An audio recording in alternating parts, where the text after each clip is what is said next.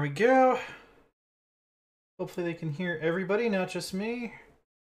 Oh, great. It's desktop audio was working like a minute ago and now it's not. Of course, of course. Let's see here.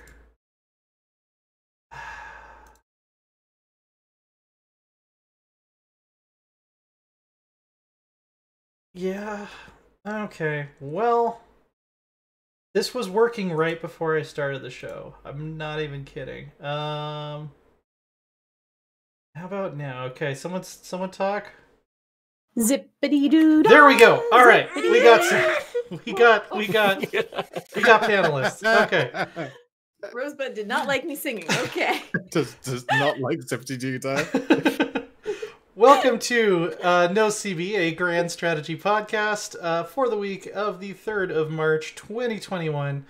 I'm your host, Liana, here with our great, wonderful panel, including Rose. Hey there. And Rosebud, including Lambert. Hello there. And including Father Loris. What's up? Hello. And we are gonna just dive right into it. I don't know. Before we dive right into it, Uh-huh. we have a little announcement to make. We And somebody do. who's already noticed, Mm-hmm. we've finally got the affiliate thing working on Twitch. Yeah. And we have our first sub. Thank you very much, Valagain, for your see. prime sub. Thank you, Valergain. Very nice. Yeah, you can cheer now. Oh, Laura's subscribed. There we are. Subscribing to your own podcast. Is that insider trading? Is that, I don't know if that's... This is just money laundering at this point. Yeah, is the Exchequer gonna get involved in this in some way? Yeah. Oh my goodness, what's happened? I'm sorry. That was the Rosebud. Yeah, that's Well, that's I part hope of the it wasn't the show. Rosebud that particular noise, because it sounded like something falling. He dropped his water bottle on the floor. Ah. Tangents and Rosebud causing chaos are part of the show. For those of you just now joining us. But yeah, there's you can give us bits now. You can give us money. It's cool. We've been doing this for free, paying out of pocket for the hosting costs for a long time. So appreciate any support. It'll start out by going towards covering like SoundCloud and stuff like that, and then we might, as I said, buy a sandwich, just one sandwich, to split between the four of us. We're gonna make. I do like like little squares or like little triangles. Yeah, we can figure out the geometry of it, something that works for everybody. hexagons. The Yeah, best again. if you have Twitch Yeah. Prime, you can do it basically for free if you're already paying for that. Yeah, so thank you for supporting us in the past and in the future. There's something called a hype train happening. I don't know what that means. I don't know what that is either. There's been so many subs in a row. It's a good thing. Okay, cool. Oh, is it? So What's it do? that's a good thing, I guess. I don't know, but it says level 1 hype train 94%, so keep it up. Keep up the good work. Something, I don't know. That first emote, that Yeah. first icon by their for their subscriber badge. Okay, cool. Let me see if this is gonna pull up my Twitter. Vicky 'cause 2 I- has trains. This can only mean one thing. That's right. Open TTD is coming to Steam. I don't know why think it's already on it Steam, is actually. not wanting to pull up the dev diary though. So Hmm. here we go. Cool. All right. It's a black void. It is a black void. Properties. Crusader Kings. We need. Well. Let me just add a different window capture here. Maybe that'll fix it.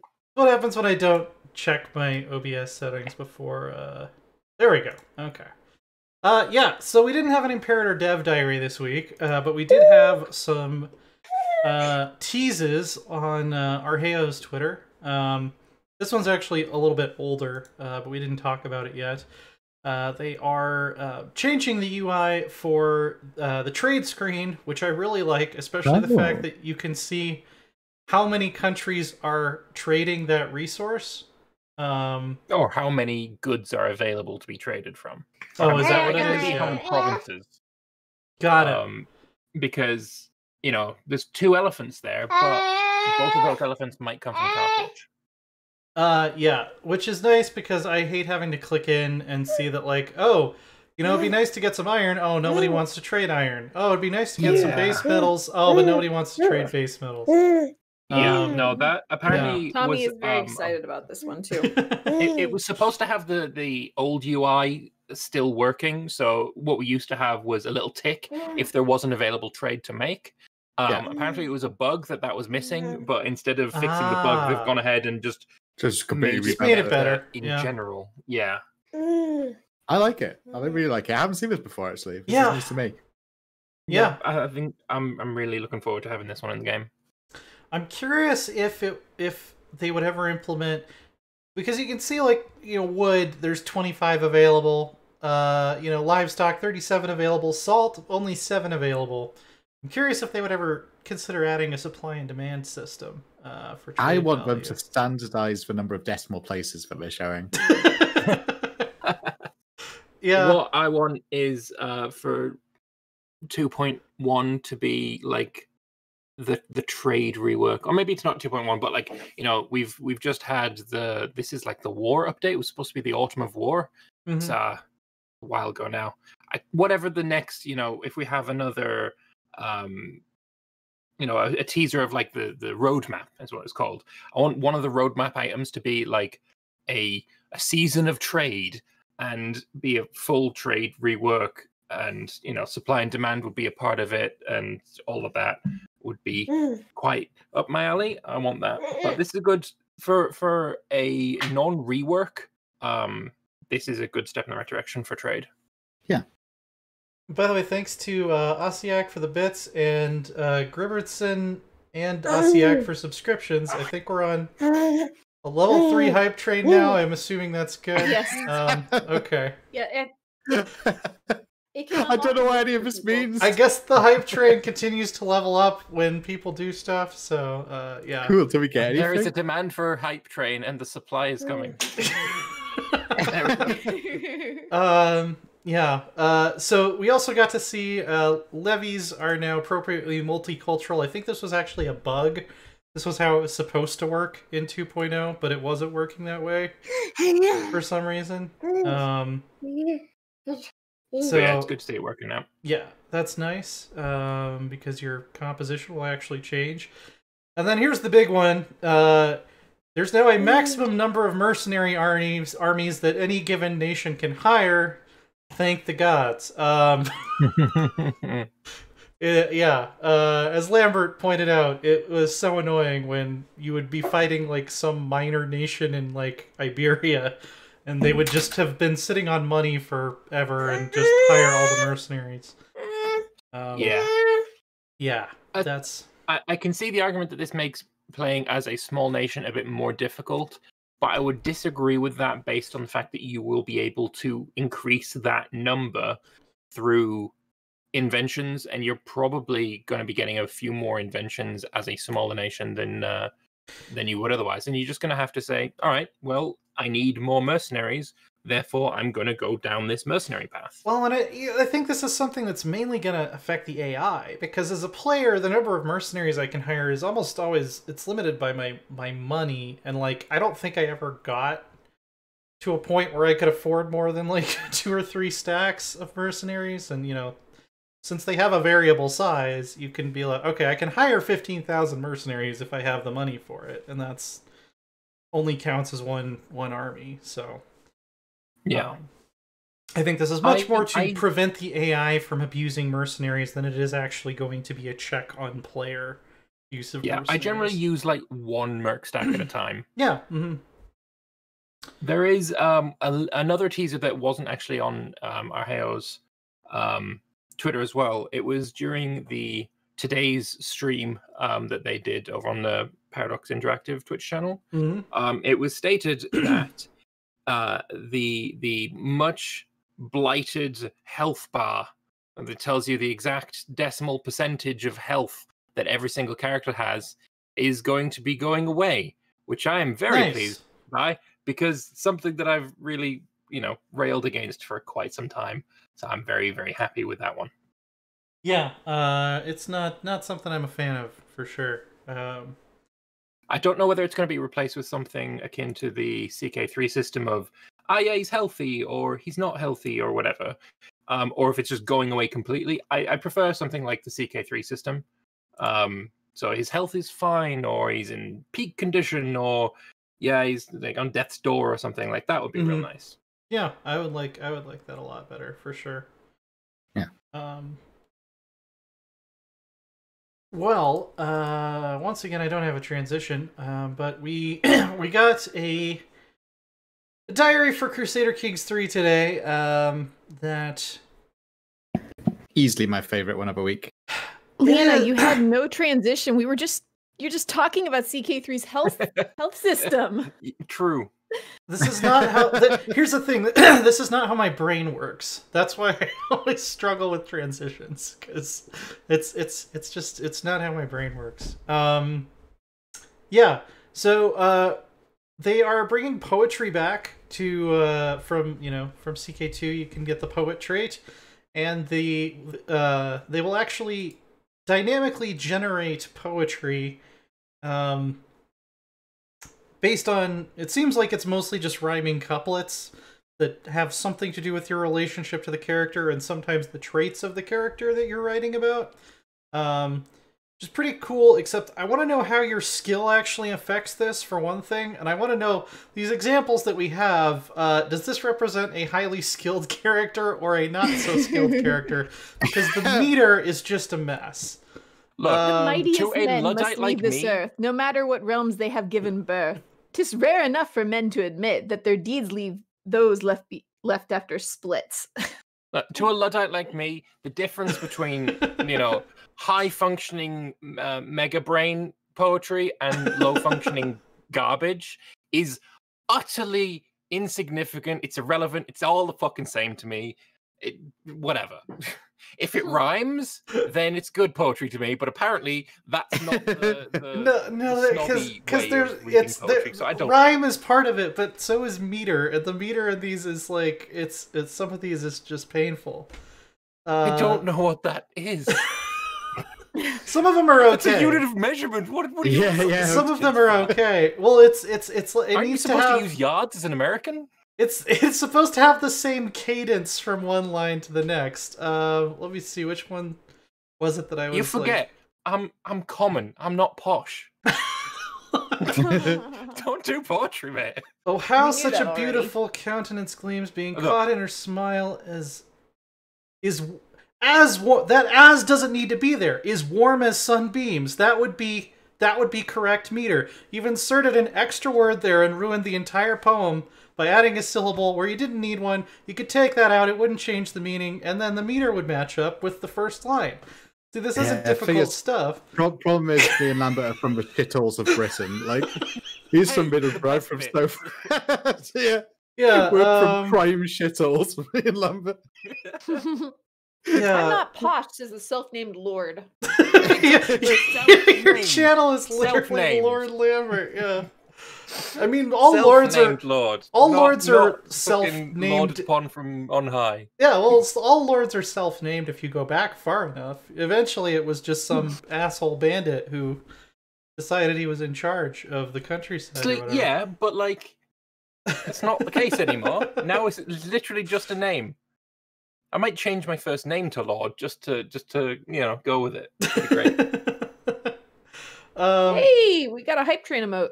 Nice, thank you guys. Although, having said all of that about poetry and how I just don't get it at all, I do vividly remember a limerick that I submitted to like a poetry contest when I was in school in England. So I was probably like 12. There once was a girl from Rabat who had triplets, rat, pat, and tat. It was fun in the breeding, but hell in the feeding when she found she had no tit for tat. That's not bad. That's not bad. I was pretty pleased with that one. I actually My teacher wasn't. I'm published under my old name, if you know it, in a couple of skaldic poetry compilations that you can find online. Maybe I'll post a link to that. Yeah. I will not understand. Where do the whites of the deep woods wander when west wind blows and moon hangs yonder? Night's bright eye like a silver spy looks upon you, and she ponders. Look, it rhymed. It's good. It rhymed. That's all. That's all that matters. The other thing is the other thing is I really want to set some of these to like a gangster rap beat. I just think that'd be really funny. Rapping your scolding. The Lord is not without wisdom, a mocking parody awaiting schism. Life itself shrivels in his wake, and all the world feels pain and ache. What? You know, that's you can turn some of these into a good diss track. You know, it's good stuff. I once made a limerick for like a multiplayer CK2 game I was playing. Hold on, I've just found it now. Okay. There once was a count from Devon who wanted the kingdom of heaven. He went on crusades, but his troops got waylaid. Bush did 9/11. I like it. Wow. Thank you. I like it. Good stuff. That's my poem. Anyway, my favorite poem out of all of this would have to rhyme with himself, right? That's yeah. I guess we all know what that one is. Yeah. Oh god. What did you say is your favorite? The one that said shit at the end. That's my favorite. That's how you know I'm an artiste. Oh yeah. Yeah. No, I agree. Yeah. It's good, isn't it? Swearing is just, extra words that swearing posh is people art. won't use. The more swears there is, the more art it is. That's how it works. Yeah, the meter there is still terrible, but yeah, it's funny. There's also some patch notes, by the way.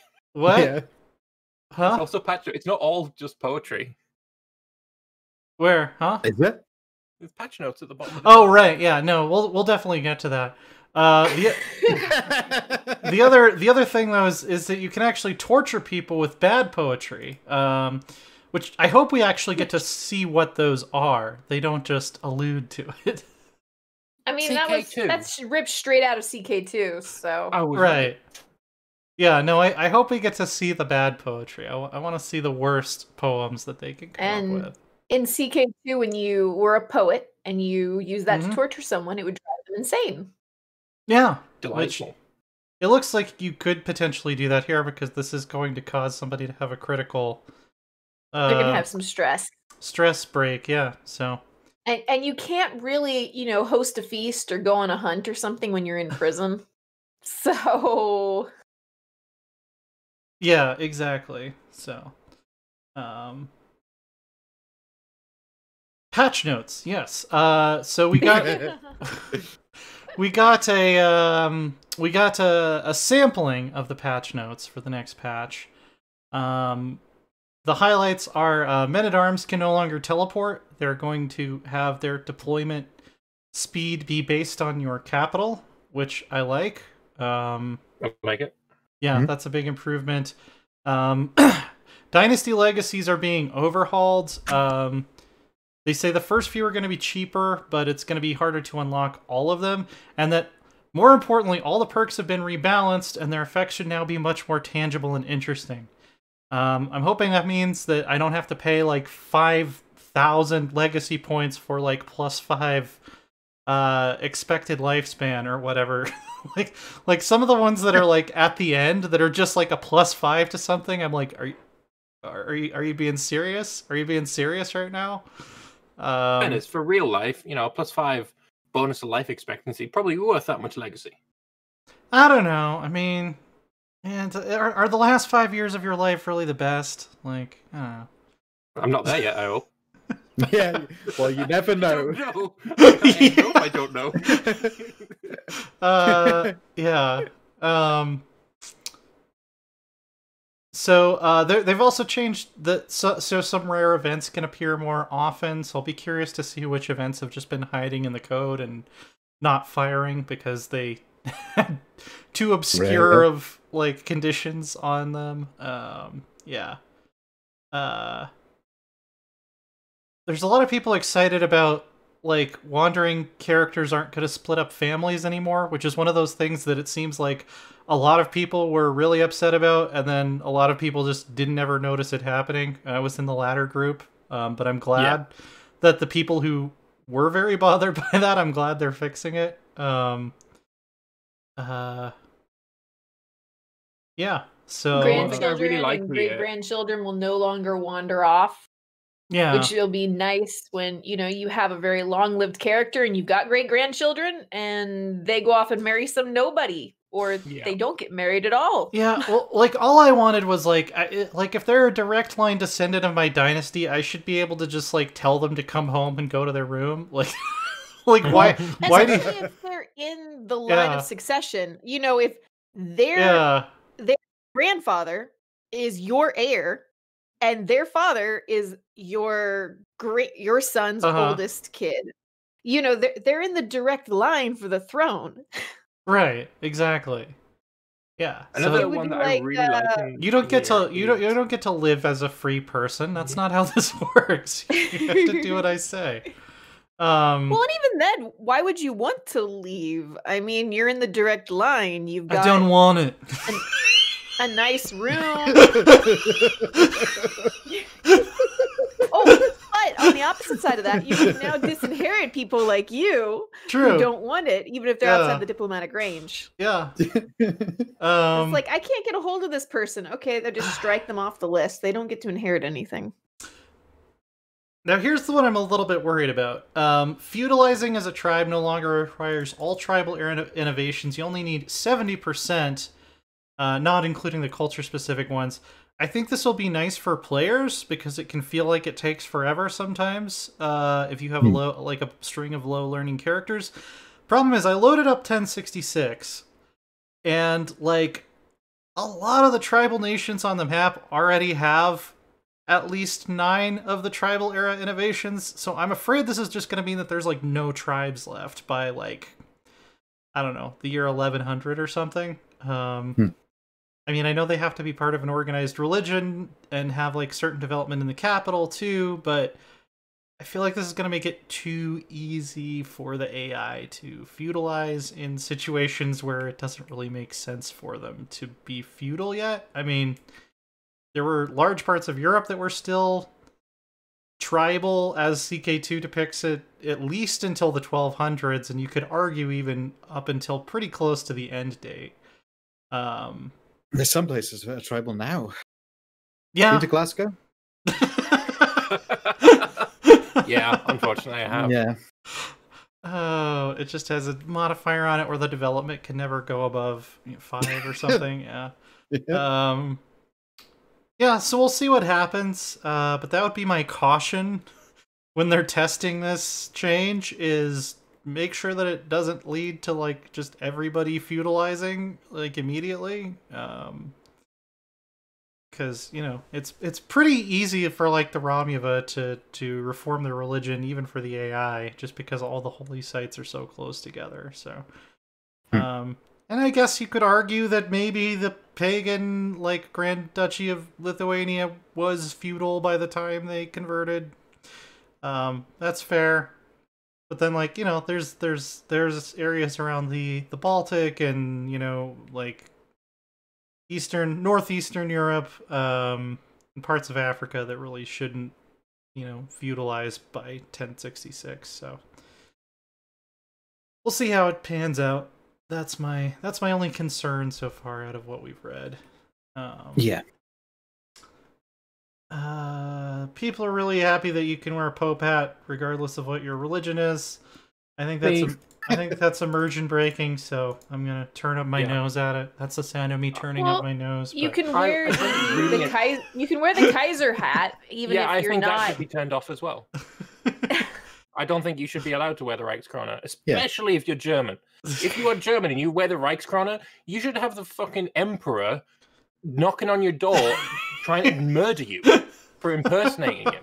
Excuse me, that's my hat. I'll have you know. Oh, that's an imposter. What I want to do is put the Pope hat, have Matilda of Tuscany wear it, and then have her try and seduce the Pope. That's not an imposter. She's just taking his hat when yeah. there's a difference there. I mean, that would be cool if you're if you're seducing someone, or if there's an event where you're doing the business with somebody, and there's an event that pops up about it. Have them wear each other's like clothes. Like a mix-up. Yeah. If you was Matilda actually seduce the Pope, and you have an event about seducing the Pope, and you get caught or something, have Matilda wear his hat. Like that would be funny as hell. I'd love that, actually. Just having a baby, and then I'm just going to change the baby's appearance and have him wear the Pope hat for that's dumb. Yeah, I never does it, so I don't really care. I guess it's one of those things where it's like it's not going to happen in my game if I don't do it, so I shouldn't be complaining about other people having fun. Yeah. But like I do, that's kind of what I do. There was one other that I missed that's pretty big. Offering vassalization to a feudal ruler, you can now offer a more lenient contract to improve their chance of accepting, which I like. I love that one. Yeah, that's my big one as well. Make it easier to diplo-vassalize people, but also it reduces the amount of control you'll have over them. That just makes a lot of sense. My current, I say current, I finished it now, the Roman Empire Hellenistic one that I was doing recently in CK3. There was one Greek-Roman, Greek Hellenistic fella in Iberia. Don't know how he got there, but I was like, hey, do you want to join my empire? We're uniting all the, Hellenistic fellas. And he just wouldn't. Like, he was 1 point of acceptance away. Could not do anything to make it more. I hired every single mercenary in the map to increase my power relative to him, and he just was having none of it. So, yeah, that would be nice to say, you know what, maybe you can have lower taxes. I mean, I was objectively the richest fucker that ever lived at that time, so it didn't matter to me. I was like, oh, just give me less taxes and, we'll unite the map together. But I ended up having to murder him, so it is what it is. There's also the most important poem in the dev diary is right here in the comments. From PDX Oxycoon. Romance be not foreign to us. The rules we both knoweth. Marriage is what I be thinking. Nay one else can offer thee this. I lay bare mine feelings upon thee. I desire thy understanding. I choose to believe that Pax Magnifica Bellum Gloriosorium is actually a part of the poem as well. That's the punchline of the poem, because otherwise I don't actually understand that poem at all. I'm wondering if anyone in chat might be able to tell Lambert what's going on there. Yeah. Is it like a popular song? Sir Astley, yes. It's a very famous poem. Never Gonna Give You Up. That one, isn't it? Sir Richard Astley, yeah. Jesus fucking Christ. Yeah, I didn't actually look through the rest of these comments. I don't know if there was anything. Oh yeah, they do continue. I shalt at each moment support thee, I shalt at each moment satisfy thee, I shalt at each moment be faithful to thee, I shalt at each moment bringeth a smile upon thy lips. And so the Old English is a little sloppy here too, but Middle English, I'm sorry. Yeah. Posh English. Actually, thee, thou, and thy were originally the informal case in English. They just sound fancy anymore, to us now because it's only in the Bible, and people think that the Bible is like, very formal for some reason, when King James actually wrote it to be more like something that everyday people could understand. Yeah, but as a king, he didn't really understand what everyday people were like. There's not really swear words in there. No. Jesus, just swearing his way through Bethlehem. Well, I mean, swearing in those days was words like God and Jesus. And there's plenty of that in there, so I guess it was full of swearing. No, it doesn't work for a modern audience. 0 to 10. King James, he was more focused on centralizing the realm, which you can now do in EU4 with these new features that we got to look at this week. There, that was a fair job. It was okay. It was okay. So they're adding Leviathan's supposed to be the playing tall expansion. This is, I think, the last of the new features they're adding to let you do that. Which is basically you pay 100 government reform progress. All good. I always have way too much of that sitting around by the late game with nothing to do with it.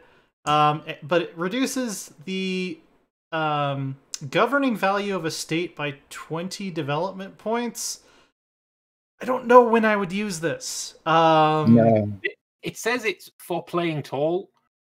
But when I'm playing tall, I'm more valuable for playing wide. I never run out of governing capacity when I'm playing tall, ever. Like, I know that we can, like, go steal development from other people's capitals now, so I don't know, maybe it'll be more of an issue that it was before, but, like, even if I'm playing wide, like, I hardly ever run out of governing capacity. Same. Also, administrative cost is literally just money. It's literally just money. And if you are at the point where you are running into your government, like, administrative cap, you really don't give a shit about money at that point. Yeah, I don't know. I don't know if how useful this is gonna be to me with my play style. I mean, if you're like a world conquest type person, it might be relevant. But like, I struggle even in a game where I'm like, I'm gonna play super wide. I'm gonna colonize everything. I'm gonna conquer everyone on my borders. You know, it's just gonna be nonstop for 400 years of conquest. I so rarely run up against the governing capacity, like the limitations of the governing capacity system. It almost never comes up for me. So the only time it has done for me is playing as France and speed integrating all of your vassals and getting the double Burgundian inheritance, like getting both the French and the German side. Like, if you do that, sure, I totally understand you running into the camp. You do it immediately. Or if you do the centralization path in the HRE and you suddenly directly own the entire HRE, I could see that being an issue. Yeah. So the only time I've encountered the early game, say if I've conquered like Ming really, really quickly or something, and you got lots of land, but at that point you don't have governing, like you're spending your government reform stuff on reforming your government, right? Because you're still in that point of the game, so you're not going to use it then. So really, the only time you're going to feature. It's a late game feature, but have you ever had problems late game with states? Very late game when I've gone on I'm just going to blob. Sure, but again, when you're in that late game and you've just blobbed, you're earning like 200 ducats a month anyway. Like the amount of benefit you get from lowering admin cost by 20 development points. That's what, in one state, two ducats maximum. Probably less. It's very minor. It's not a. I mean, if going over your admin cap generated like aggressive expansion passively or something like that. I mean, going over your admin cap as well is a wide problem. It's not a tall problem, right? We'll see. So, how can it be a playing tall option? I'll be curious to see how much concentration of development you can actually do with all of those other new features, and if this calls for a Netherlands campaign. Yeah. Oh yeah. That'll be a great way to test it. They're adding an option so you can select forts that will never be mothballed when you mothball your forts, which is very nice. Like that a lot. Great little quality of life change. And, that's very useful. Moving canals into the new Great Works system. There's something I'd said, that's going to happen. As soon as we learned about the monuments, like I called that was going to happen. So you can upgrade them up to tier 3 now. Tier 0 is less powerful than the old canals were. I think tier 1 is basically what the old canals were. And it's still going to be unlocked by Wealth of Nations. It sounds like you're not going to need the new expansion to be able to build the new canals. They're also, at the higher levels, going to be very, very much more powerful. I mean, 1,000 gold to upgrade it, and upgrades are 10 trade power, and then 20 trade power eventually. That's such a powerful bonus. Oh yeah, like so strong, and for only 1,000 gold. Yeah, that's may need to have a little look at those numbers. Yeah. We'll see. So this was, as you can see by the ratio, this was one of those dev diaries that people got mad about. And there's kind of an interesting discussion going on in the comments about dramatic design changes and like the idea of basically redoing EU4, the way that they've redone Stellaris and Imperator. Johan had some interesting insights about this. He said, a dramatic design change for EU4 would be insanely risky right now from both a code base and a player perspective. Mm-hmm. If you have basically no players like we did with Imperator after release, you can take huge gambles. I just don't... That's all well and good. I don't see changing this to be something that's objectively better. Personally, don't see it as a gamble. I can see why I think it's a gamble. It's probably is a gamble, but for me, it's like. Well, I don't even think that that's necessarily what he's talking about. I think he's talking about it's a gamble in terms of like, because EU4 has been around for 7 years and they've been adding to it and adding to it and adding to it. Yeah. And there's code in the game that was, I mean, there's stuff that was ported over from EU3, which is even older, but like they started working on EU4 in I think 2012. Is when development started, so that's like almost 10-year-old code at this point. And you have to think of like how each DLC. Each DLC will intersect with any sort of rework that you do. It's not like Stellaris where it didn't have any DLC when it had a rework. I can see that's the risk from a code-based perspective. Mm-hmm. I was talking mainly from the player perspective. Like, right. I'm sure there will be some people who really fucking love development. They're wrong though. I don't know. I feel like if you just replaced development with pops, most people would be pretty happy. But yeah, no, me too. I think I still think the subtext here is that EU5 is coming. Like, and Cultural Chimera is pointing out in chat all the mods would break. Yeah, and that would make a lot of people angry. That happens anyway. Yeah. Severely break, probably. Yeah, I mean, you'd have to. Most mods would probably have to completely redo everything. Well, I'm looking forward to EU5 when they're gonna have to do that anyway. Yeah, no, But see, then they're starting from the ground up. Some people get upset with any change. 100% that. Like some people just don't like change. Oh yeah. Well, I mean, people were really mad about Shattered Retreat in Crusader Kings 2, which I will continue to say was just objectively good. And if you want to go back to Ping Pong War, I don't know what's wrong with you.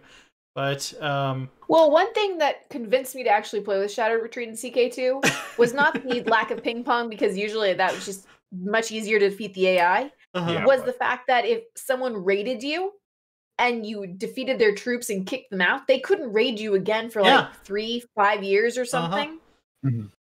And oh god, even though the raiding became so bad, if you started in a 769 start and you got about 400 years in, and you were oh god, I had to stop playing my Estonia game because of that. Like I had raiders every month landing on my capital.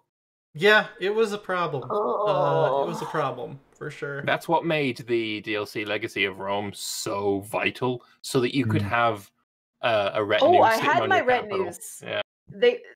They wouldn't just... Actually, the capital was the worst spot because that was my wealthiest spot, but I had a lot of wealthy counties on the water. Yeah, I mean, the long-term solution is you just have to conquer or convert Scandinavia.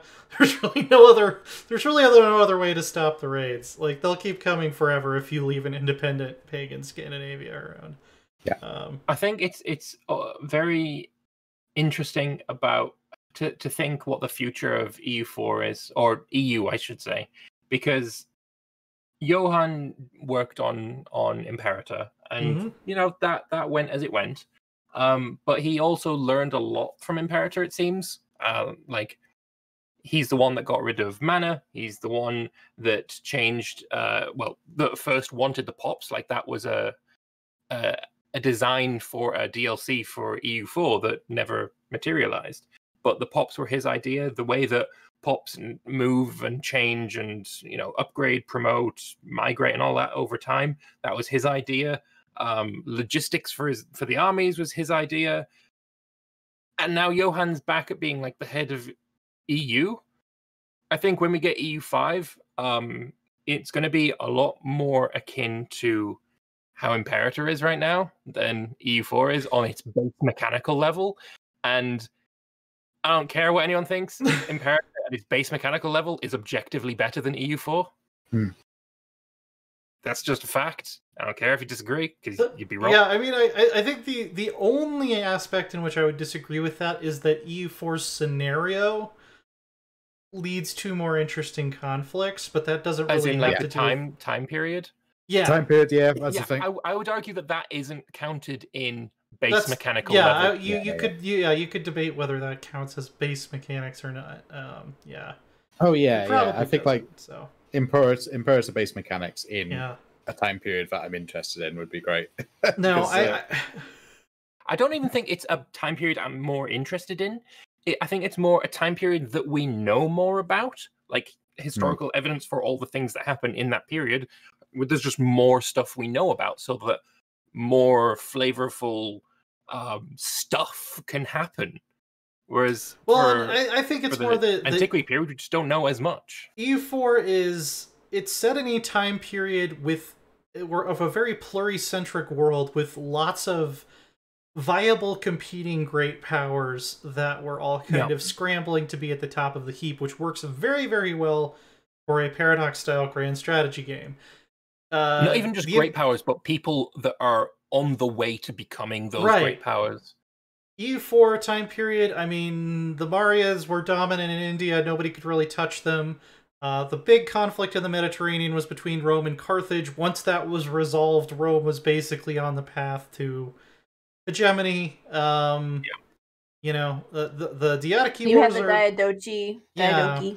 Yeah, they're important at the beginning, but then they eventually just get bulldozed by Rome as well. I would argue that because of having those viable antagonists to your run is what makes the game a lot of fun. And that's why I think that playing as a Diadochi and in that region is probably the most fun in Imperator right now. So yeah, EU4 just has a lot more of that going on. But again, that's not a base mechanical level in my opinion. Yeah, I'm excited for EU5. I hope they announce it this year. If we hadn't had the pandemic, I would say they for sure are announcing it this year. But I don't know. I don't know any. Agama Day is pointing out that's happening in 10 days or so. That seems a little early. I'd be surprised if they announced a new game. Well, I don't know. I would be somewhat surprised if they announced a new. We should probably schedule a stream for that day so that we can talk about the Direct, as it happens. We could probably even schedule a stream during and sort of react and talk about it as we watch it. We should do that. NoCB reacts too. Yeah. Yeah, we're just going to become a reaction video channel from now on. Yeah. I mean, good views. And I'm just putting an aside here while we're talking about reaction channels or whatever. Father Loris is converting our logo to an emote. So if you are subbed to the channel, you're going to get an awesome NoCB emote throw at people when they try to declare war on you. Or you want to declare war on them. Yeah. We will raid our friends with NoCB. Just out of nowhere. They won't see it coming. Yeah, so I think I'm ready for EU5. I really want to see what they can do with it. I hope that they integrate all of the cool map changes that we're getting in this next patch. So EU5 starts out as populated of a world as EU4 is going to be at the end of its life cycle. But yeah. Let's look at some spaceships. Yeah. The segue was, in fairness, it was impossible, but yay. Yeah. This is a really interesting one. I do like a Step Diary quite a lot. Yeah, they're both developer diaries. There you go. There's your Loris, what did you find most interesting as an artist about the Step Diary? Well, I particularly enjoyed the opening. So the sort of ideas that we were skirting over. They wanted to have a dominant imperial, basically like empire. But seeing some of the ones there, like Art Deco, quite interesting. Gothic, Roman, gold, beautiful. Now those are really interesting ideas. Those are very much two things that could go together, like always. Like Roman and beautiful. Like, show me something Roman ain't beautiful. I'm very glad that they like. No. Yeah, that's just you're just baiting me at this point. This is accurate. Yes. I'm very happy they settled with the brutalist style though. I think that the brutalist style, I think, goes very, very well with a sort of totalitarian. It conjures up ideas of totalitarianism, basically, a sort of brutal, blocky destroyers like that, basically, or blocky buildings. Too. Yeah, Art Deco kind of does, but I would always associate Art Deco with sort of maybe Orwellian style dystopias. Sort of you think of maybe. Like Brazil or something, not modern day Brazil, not real life Brazil, but the movie Brazil. Yeah, or Rapture from BioShock. Yes, exactly. Yeah. I think this one on the right here is like my favorite. The ones that's like all black, but they have like exactly the blue glow same. Coming out from inside. It looks big kind of like a gun from like Mass Effect or Halo or something. Too. Yeah. By the way, for people who look like a spaceship. Like me, didn't really know what Art Deco was, think you dwarves. Uneducated Philistine. No, look, it's like poetry. I don't give a shit. Art Deco is like dwarves, and Art Nouveau is like elves. That's somewhat accurate. Yeah, that's somewhat accurate. I got a setting you can throw up on stream if you like. You're talking about, yeah. Oh, did you? Oh, there we go. Yeah, let me pull this up. Yeah, it's like 90s, 20s stuff. Yeah, I would like to see Art Deco ships. I want the dwarves. Yeah, but I think Art Deco ships would work really well with maybe a sort of weird capitalist hellscape rather than this imperial military hellscape. Dwarves have an obsession with gold. Capitalists have an obsession with gold. Yeah, it makes sense. I like Also, I mean, so these are some of the more final designs, but if we're talking about this entire expansion is basically a prequel meme. I mean, this is a Star Destroyer. Look at that thing. It's a Star Destroyer. It's literally a Star Destroyer. It is, yeah. But the Star Destroyers, they're supposed to look. There's a reason why they look like that. It's because they're brutalist, right? I mean, it can also be a pun of. Remember, Luke Skywalker was originally called Luke Star Killer. Right. And then we have Star Killer Base instead. Oh wait, no, that film doesn't exist. Yeah, it's non-canon. Remember, we took a stand on that. I shouldn't say we. Me and Lambert took a stand on it. I don't know if we pulled it. I like Rey. Rey is good. No, the characters. Okay, don't want to get off on. The characters are good. The characters deserve better, and the actors that portrayed them deserve better because they were very, very good.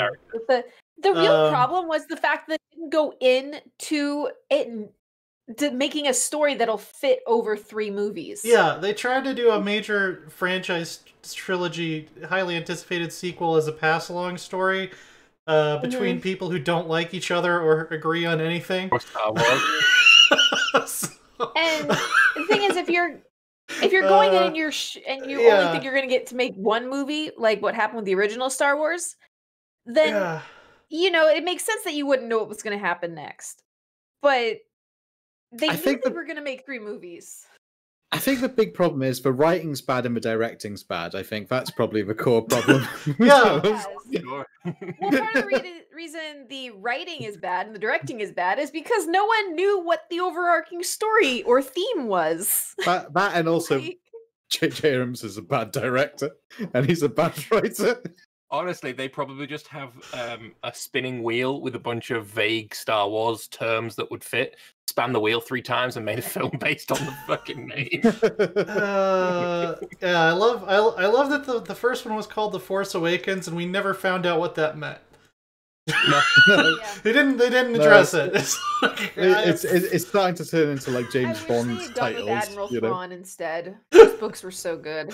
Well, have The Mandalorian is true. Don't want to spoil anything, but you should watch The Mandalorian, Rose, if you haven't. Yes, I have watched The Mandalorian. I know. That doesn't mean that they didn't. What I'm saying is, instead of making The Force Awakens and stuff, they should have just gone straight to Thrawn. They should have. Basically, what we're all saying is the sequel trilogy is non-canon and should be ignored. Yeah. No part of it is worth discussing in any depth. Didn't we? We already had an episode called "The Unnecessary Resurrection of Star Wars Discourse." So, and Game of Thrones as well. Yeah, this is the even more unnecessary re-resurrection of Star Wars Discourse. I think that's all of the news we have for this week. Actually, there was a Humankind video. Oh, was there? Yes, you're the one who posted it in our game announcements channel. Oh, did I? Yeah, that's right. I'm kind of a disaster person, if you didn't know this about me by now. The Art of War. Yeah. Let's go ahead and pull that up really quick, because we have not talked about Humankind in a while. Oh, no, the episode you and Lambert didn't come to, Father Loris and I talked a lot about Humankind. Mm-hmm. Oh, yeah? Mm-hmm. I'm gonna. I mean, I was there in chat. I should remember this, but I also have a terrible memory, so I don't. I don't want people seeing all the VTuber shit in my YouTube recommendations, so I'm gonna do a different window for this. Don't you have a Chrome set up for the NoCB account? I don't. That's what I do when I'm hosting. No. You know how hard it is to get me to like actually set anything up? I just finally got affiliate monetization going today. True. Remember when I streamed randomly on a mid-week just so that we had enough days in the month to get that? That's got to be like a year ago now, right? It was. I think Tommy was not even crawling yet, and now he's like letting go of things and standing by himself and turning around and grab with only one hand on something and dropping things. Yes, he is dropping things. He's learning to throw. All right, so here we go. We're gonna play. I don't know. Do we want to play this whole thing? Has anybody actually watched it yet? Yeah, you shared it. Okay, you shared it. Yeah. I'm gonna play it without sound so we can kind of talk about what's going on. Because I don't want to include like a whole 5-minute video of other people talking in the middle of our pod. Well, you just turn the closed captions on. Oh, there we go. Yeah. Yeah. Wonderful beards. It's going over the probably the most interesting aspect, in my opinion, of Humankind is the battles, which was something that in Endless Legends really didn't interest me that much. But in Humankind, I think the strategic aspects of the battles, how the wider terrain means a lot now. It's really cool. This gives a video about that. Yeah. I believe this is Endless Legend. I don't think there are Hydras in Humankind. It does say. Don't you know the extinct Hydras that people used to use in warfare? Yeah. Endless Legends is also one of my favorite games. I love Endless Legends. Really good. So good. Oh my god, the art in Endless Legends is just.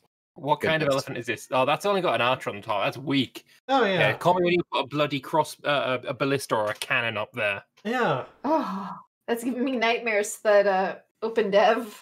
Yeah, the one where the elephant love to sit in your fortress and just ramparts. Oh. Yeah. Fun stuff. Yeah, I'm definitely cavalry in a forest. Yeah, it's you generally don't want that. Unless you're the Wood Elves in Total War Warhammer. Because they just ride. Yeah, but then your cavalry is you're riding, reindeer. Giant totally deer. Cool. Yeah, they just charge through the forest at full speed. They don't care. They're very nimble. Yeah, horses ain't got shit on them. Yeah. All my friends seem to play Wood Elves. Total War. I've been playing a few multiplayer campaigns with my friends, and every single one plays fucking Wood Elves. They're so powerful. Wood Elves are fantastic. Yeah. So powerful. The other thing I like about this is that it's going to put a little bit more of a focus on like the visuals of your individual units when you get to like zoom in and fight. That's one thing I thought was kind of weaker about like Civ 6 is like the units are so far away. You don't feel like you get to interact with them as much. Yeah, so I like that we're going to get to have like more of a focus on what our military units are doing. The animations look really cool. You've got like contextual animations for, depending on, phalanxes and stuff and who you're fighting and things like that, which are cool. So I really like the unique models. I think that's very, very good. I don't know if you ever played like there was a mod for Civ 4 which modded every single unit to be unique to the civilization. Yeah, I remember that. Yeah, completely changed the game. Basically, it just made it completely unique. I would love to have every unit for every culture to be unique to that culture, but I'm sure that would balloon the art budget out to pretty insane. Well, I think that's what they're aiming for. Are they really? Like every single one? I believe so. I just thought Humankind is published by Sega, is it not? That's right. Yeah. Uh-huh. Mm-hmm. Yes, it is. Also published by Sega. Yes, that's right. Yes. That's how I got. There's a whole lot of models in the Total War Warhammer games. I wonder how feasible it would be to just like, make a mod that would like just like. I don't know if they use the same.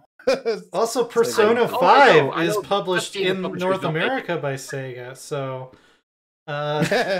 they should just add. Yeah, it could be something that could be doable. I want Sonic the Hedgehog. Yeah. Humankind Warhammer mod. I'm down. I want it. Let's go. Yeah.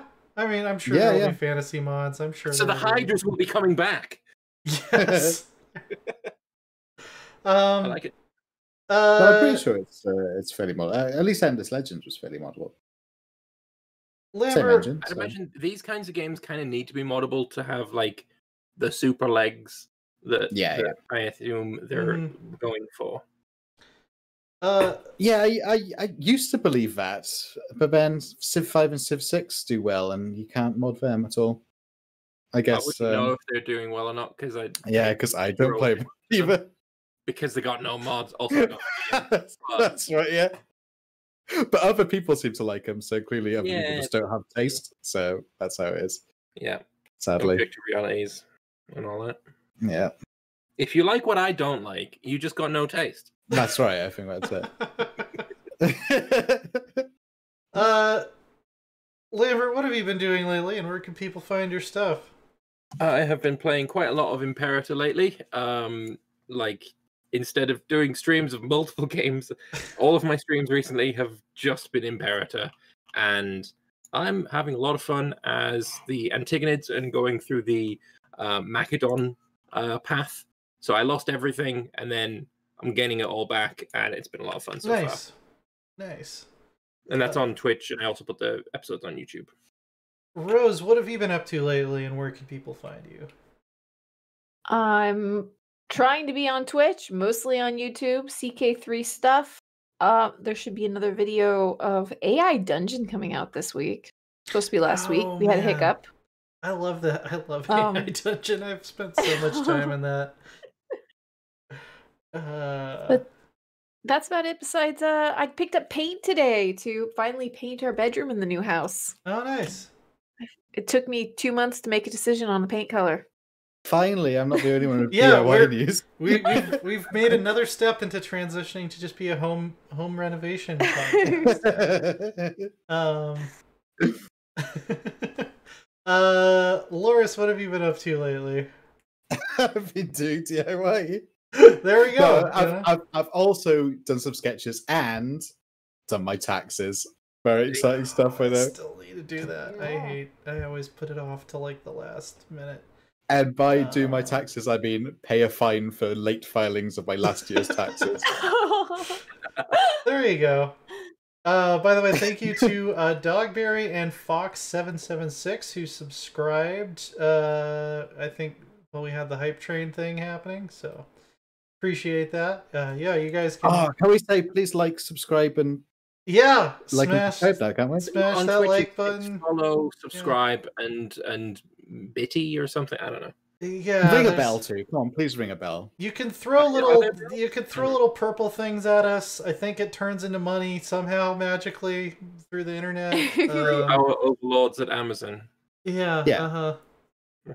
His lordship, Lord Bezos. Supreme Chancellor Bezos. Yeah, so if you enjoy the show, if you're listening to this on SoundCloud or somewhere else later, we're also on iTunes, Spotify, Stitcher, all that stuff. And you want to support us, you can come drop a sub over on our Twitch channel. We're NoCB cast pretty much everywhere. Can people do it while we're offline? I'm pretty sure you can. Yes. Yeah. Yeah. I have my Streamlabs. I use that to record as well. I was in the middle of recording for a completely non-streamed video that I was making, and I had to redo the entire thing because in the middle of it somebody subscribed. With my Damn it! alerts. That's why I have different profiles for streaming and recording. That's fair, but I'm lazy. Me asking that question you have to re-record everything, so I don't. I spent 5 minutes setting it up, and now I get to be lazy even more. Yeah, but then there's the occasional time when you are, you forget to change the profile back, and everything goes to shit because of it. That has happened. No, it's not a good idea. No, you just said it so your recording profile isn't hooked up to anything to record or to stream. Yeah, I know. Then you record an entire episode and there's just a black screen with no audio. What? I don't get how you... What? I'm happy to just have people know that people subscribe to me when I'm offline. There we go. Okay. Yeah. Oh yeah, it's gonna sound really hollow too, like me asking that question. I genuinely didn't know. It wasn't like, oh, by the way, you can subscribe when we're offline. Yes, no. You are the supreme Twitch user person, master streamer person. I did one stream once. Yeah, I forgot to shout out my stuff. I'm Lord Sworn Order on Twitch. I'm doing Imperator currently, where we are trying to invade Greece as the Swaby, which was not going well because Rome boxed us in. But then Rome had a civil war, and we just ate the entire dictatorial faction while the Senate looked on and clapped. So now we're doing pretty well as a regional power. So yeah, that's going to be over on Lord Sworn Order, and I think we'll see you guys next week. When it's the 10th is the direct, isn't it? Or 13th, I believe. 13th, so that's a Saturday. Alfred gave us a link. Yeah, it's March 13th, this Paradox Insider. Mm-hmm. At 9 a.m. Pacific Time, 1800 CET. So... Okay. Yeah, well, What? I'll be available at that time, so we can talk in That's like noon CET, I think? Or noon Eastern Time? we can talk in the war room, but we'll definitely do something that day with whoever's available. So. Oh, no, sorry. It starts at 11 a.m. Pacific Time, 800 CET. Okay. At Media Indie Exchange starts at 9 a.m. Media India. Yeah. That's the we're all whole going to India on Saturdays. Insider. It starts at It 11. might be a bit awkward. I'm gonna call that they're gonna announce a CK3 expansion. I don't really know what else to expect. But yeah. I find it very difficult to disassociate what I really, really want to hear and what is most likely to be heard. I really find it difficult to differentiate between the two. So Yeah. I hope there's going to be EU5 or Vicky 3. You're probably right. It feels very early, CK3 though. but that would be nuts if they just dropped a new game announcement on us. But we'll see. I mean, it's just when else are they going to do it? Yeah, that's the thing, right? If it's no PDX this year. Yeah. I mean, it's either now or when COVID's fucked off and we can do PDX-Con again. Yamade says they'll announce the official My Little Pony Hearts of Iron game. Isn't that already a thing? It would be good to get some Hearts of Iron news. We've not had any Hearts of I thought Iron. you were going to say it would be good to have time. a My Little Pony Hearts of Iron again. I'm like, what? Solid pass. All right. We'll see you guys next week. All right, take care. Bye, guys.